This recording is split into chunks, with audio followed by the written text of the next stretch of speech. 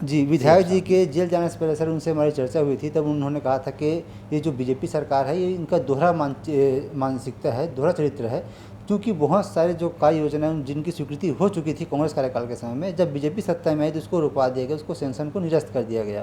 तो क्या इस प्रकार की बीजेपी ऐसा कुछ काम करे जिसके चलते जो आम जनता को फायदा होना चाहिए वो नहीं पहुँच पाए? देखिए, इस प्रकार की दलीलें रखने में ये बहुत माहिर है।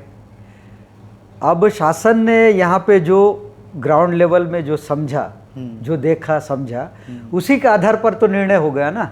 जहाँ पे सड़क बनने का फिलहाल जरूरत ही नहीं है वहाँ सड़क बन रहा है, और जहाँ जरूरत है वहाँ नहीं बन रहा है। तो जहाँ जरूरत नहीं है वहाँ तो का काम तो निरस्त हो गई ना। एक और बहुत बड़ी बात है, जो क्वालिटी मेंटेन होना चाहिए था काम में वो दिख नहीं रहा है, और ठेकेदारों पर भी बहुत बड़े आरोप लग रहे हैं कि जो उनके आसपास के चहेते लोग उनको ठेका दिया जा रहा है, उसमें कमीशन लिया जा रहा है, तो ये भी कारण रहा है। जी जी, ये भी उनका बात है। कवासी लखमा को सिर्फ वही ठेकेदार पसंद आते हैं जो उनको कमीशन, मोटा कमीशन देते हैं। जो ठेकेदार उनको कमीशन नहीं देता तो उसका काम उसको पसंद नहीं आता है। ये इस प्रकार का बातें हैं। जी, अगर आप करप्शन की हम लोग बात कर रहे हैं सर, तो जब हम देखते हैं कि जो राज्य सरकार हो या फिर केंद्र सरकार बहुत ज़्यादा पैसा ही बस्तर संभाग में दे रहे हैं, उसके बाद भी जो हमें यहाँ विकास दिखना चाहिए, जो इंफ्रास्ट्रक्चर डेवलपमेंट यहाँ हमें दिखना चाहिए वो दिख नहीं पा रहा है। तो पैसा आ रही है लेकिन जा कहाँ रही है?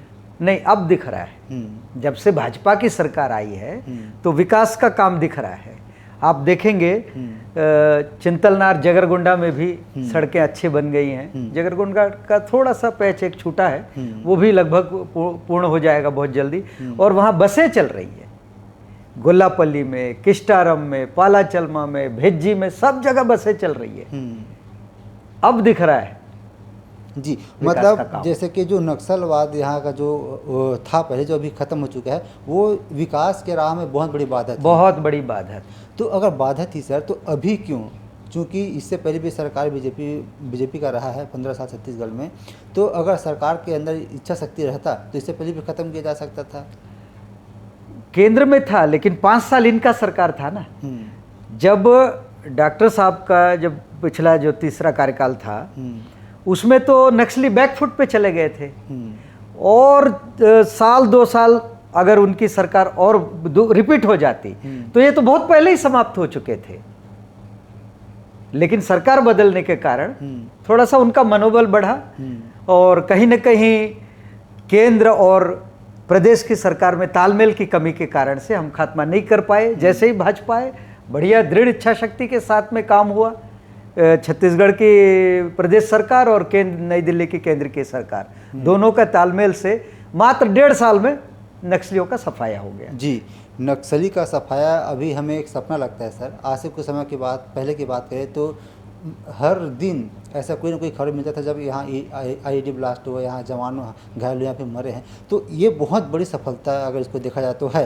सही है। तो इसके बाद एक और सवाल निकल कर सामने आ रहा है, ये जो विपक्ष पार्टी है वो उठा रहे हैं कि नक्सलियों का खात्मा हुआ, ये तो अच्छी बात है, लेकिन इसके पीछे जो बीजेपी की चाल है, जो बड़े बड़े उद्योगपति जो बाहर के हैं उनके हाथों में यहाँ के जो खनिज संपदा है उनको देना है। मैं ऐसे लोगों से पूछना चाहता हूँ जो इस प्रकार की बातें कर रहे हैं, अभी तक का बस्तर में किस उद्योगपति को कहाँ का आवंटन हुआ है, मेरे को बताएं।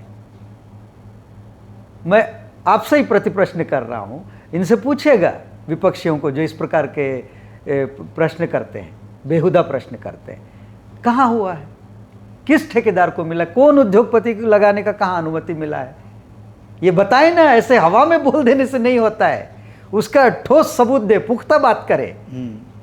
ऐसा अभी तक का मेरी जानकारी में पूरे बस्तर में एक भी उद्योगपति को कोई लीज या आवंटन या उनको अनुमति नहीं मिला है। जी, तो क्या आप ये, और अगर मिलता भी है आने वाले समय में तो अच्छी बात है। हमारे बस्तर में भी उद्योग धंधे लगने चाहिए। जब तक उद्योग धंधे नहीं लगेंगे तो यहाँ का विकास भी तेजी से नहीं हो पाएगा, क्योंकि हम सभी बेरोजगारों को, सभी आदिवासी लड़के लड़कियों को शासकीय सेवा सभी को नहीं दे सकते, शासकीय नौकरी, उनको कहीं ना कहीं प्राइवेट जॉब भी देना होगा। जी, उसके लिए उद्योग धंधे खुलेंगे, तब बड़े पैमाने पर नौकरियां खुलेंगी, उनको नौकरी लगेगा।